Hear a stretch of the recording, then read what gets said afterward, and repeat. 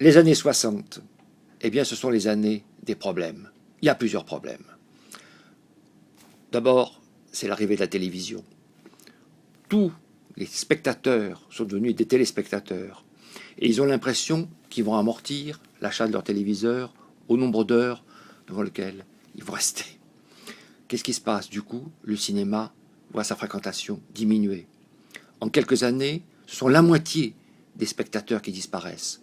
On passe de 400 millions à 200 millions de spectateurs. On a perdu 50%.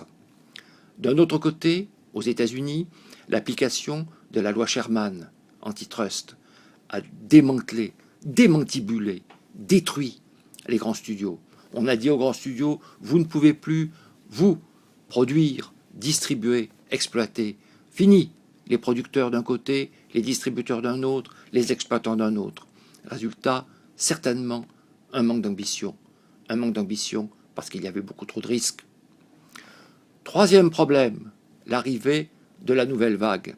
C'était très bien en France, la nouvelle vague. François Truffaut, Jean-Luc Godard, Éric Rohmer. Mais c'était très bien en France. Fallait-il que tout le monde l'imite? Pas nécessairement.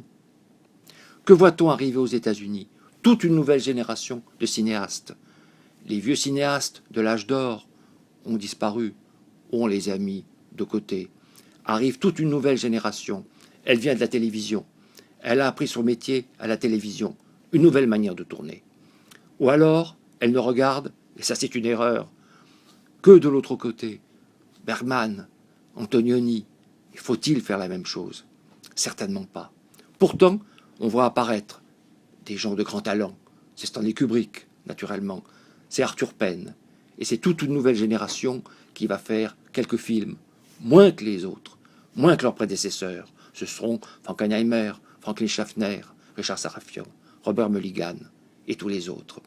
Mais la télévision est là et va, comme un termite, ronger le cinéma.